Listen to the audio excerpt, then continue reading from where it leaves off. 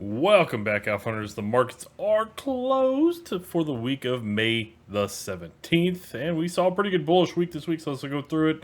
Nice little gap up here to start the week on Monday. It just kind of pulled back, kind of just based out there. It even kind of continued into Tuesday. Tuesday morning, we did get PPI. I'll go over that here in just a second. A nice little push higher, kind of like a little pullback, and then a nice little rip here to end the day. As then we go into Wednesday morning, we got CPI data. CPI data came in, well, good for the market, and we had a nice bullish day. Yeah, looking pretty good. Even continued into early Thursday, and then we started the pullback. Pullback kind of just continued all the way into the close, and then into Friday. It was mostly just a flat day, and then a little bit of a drop off there, kind of going into the last 2 hours, and then we kind of bounced off of that, ended off the session lows. Actually up towards the session highs there for Friday. So that was kind of the way the day kind of, or the week kind of went. And really, the two main data points that we got this week were PPI and CPI. Okay. So PPI, we did get in at 2.2%, which was in line with forecasts, but it was higher than prior month, which was 1.8%. Okay. The core for PPI was 2.4%, which was in line with forecasts, and higher than prior month, which was at 2.1%. So that was Tuesday morning. Wednesday morning, we got core CPI, not PPI, but we got CPI data, and core inflation rate was at 3.6%, which was in line with forecasts at 3.6%, but prior month was at 3.8%. So we actually got CPI to go down. That's why we saw the bullishness there on Wednesday. And then total inflation year over year, we did come in at 3.4%, which was in line at 3.4%, but prior month was at 3.5%. So yeah, we definitely had quite a drawdown there on inflation, CPI side. But producer side, we did see a little bit of an uptick. So basically, if you really want to think about it, that's a kind of a squeezing of margins there. And we'll see if that kind of continues going forward, because margins getting squeezed obviously will not be good for earnings going forward. But it'll take some time to see if that actually does continue to play out like that, or if we are going to start to continue to see inflation kind of alleviate. All right, taking a look at sector rotation for the week. You can see tech did very well. Real estate also did very well. Healthcare did pretty good as well. Kind of in line with the markets there is utilities. Everything else underperformed. So you got financials, energies underperforming, communications, staples, discretionaries, materials, and industrials all underperforming there for the week. All right, taking a look at VIX. Ever since that nice little pop that we had the first half of April, we have absolutely dropped off. I mean, this thing has cratered.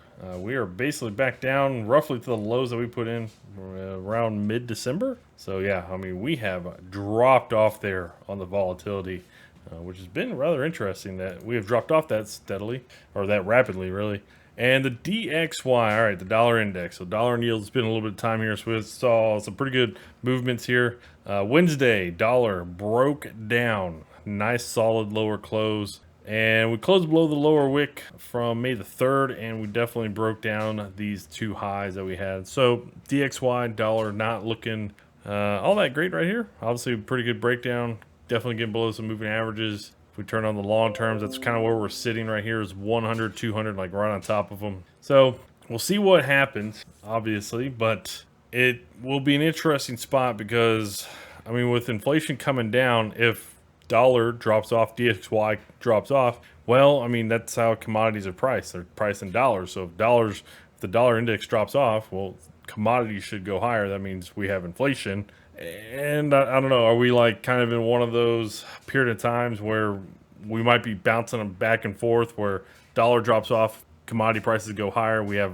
an uptick in inflation, and then we get a bounce on the dollar, and then we see a drop in commodities, and then we see, a drop in inflation. So yeah, I mean, it could be an interesting one kind of going forward. We might be bouncing around here going forward for a little bit.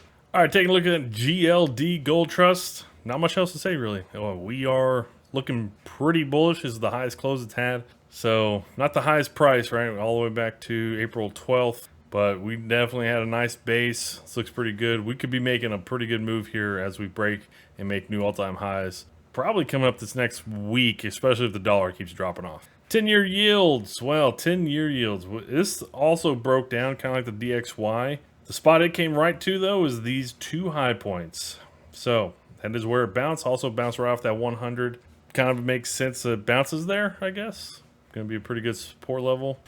It's going to be an interesting one. We're going to have moving averages coming down, so it might kind of get choppy in here for a bit and then make a direction. Maybe the second half of this next week. I wouldn't expect yields to or dollar make a strong move, I guess, the first half of this next week, mostly because, you know, they did have a breakdown. We bounced a little bit, but we also might just be in a choppy spot. So it might take a little bit of time to kind of figure out what the next move, like real move, is going to be. But obviously, if we break down Thursday's low, or if we get above this past Tuesday's high, that's the direction you're going to go on the yield side.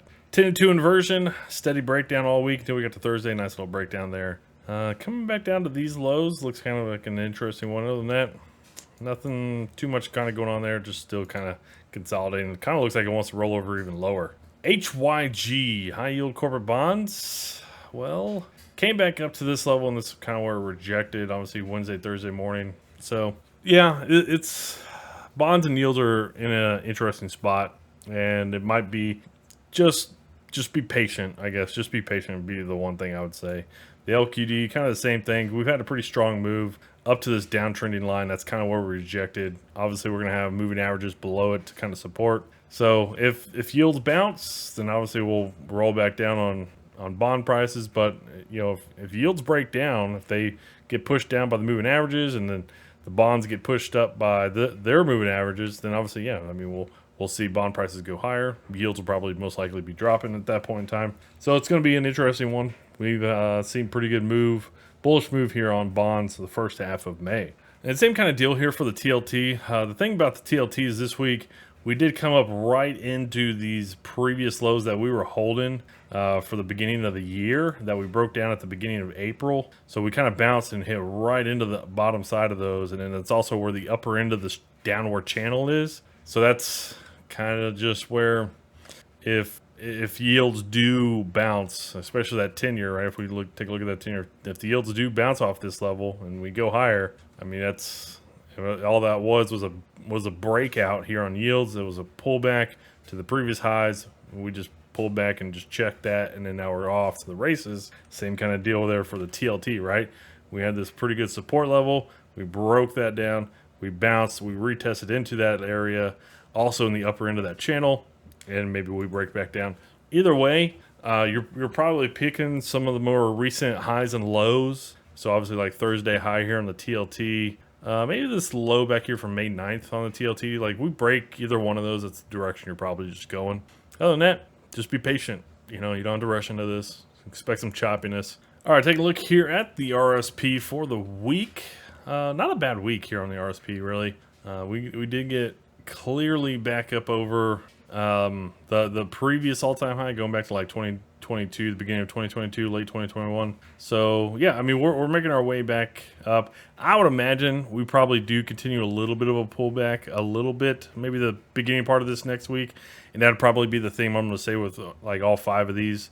I would expect a little bit more of a pullback, and then probably a little bit more of a bounce action as we go into the second half of the week. So if we do get a quick snap down like Tuesday morning or something like that, yeah, I would be ready to be dip buying on it. Definitely here on the DIA as well, as the DIA is at all-time highs. So we hit all-time highs Thursday. Obviously we had a little bit of pullback there Thursday afternoon, Friday. But yeah, we are basically up there looking pretty good. Nothing really above us. We'll probably just keep grinding it out. IWM has a little bit more of a pullback feel to it. And yeah, I would still just be bullish here on anything, the IWM, on any kind of pullbacks here early this next week. Q's also up at the all-time high areas, set in Thursday morning or Thursday. And yeah, I would just be bullish on any kind of pullbacks, especially early this next week. SPY also, any kind of pullbacks early this next week, just be bullish here, up in like the all-time high area. And as for data and news things that we got coming this next week, well, there's going to be a lot of Fed talk, and this is one thing that you're going to see a lot of Fed talk on the calendar. We'll see some auction stuff. It's not a big deal, but the things to kind of be mindful of is going to be the Fed talk, just sporadic volatility if they say anything. But auctions, and we do get FOMC minutes Wednesday. That'll be one thing. Commodity guys, energy commodities, you're going to get EIA report Wednesday. Just be mindful of that. And then jobless claims Thursday morning. So the two big ones, Fed minutes, which I'm not really a big one for Fed minutes, mostly because we usually know what the Fed talked about or what the Fed's focusing on coming out of the press conference that they do at its last meeting. So it's not really a shocking big deal. And the initial jobless claim. Other than that, Alpha Hunters, have a great weekend. Just be bullish on any kind of dips that we get early this next week. Alpha Hunters, have a great weekend. Take care.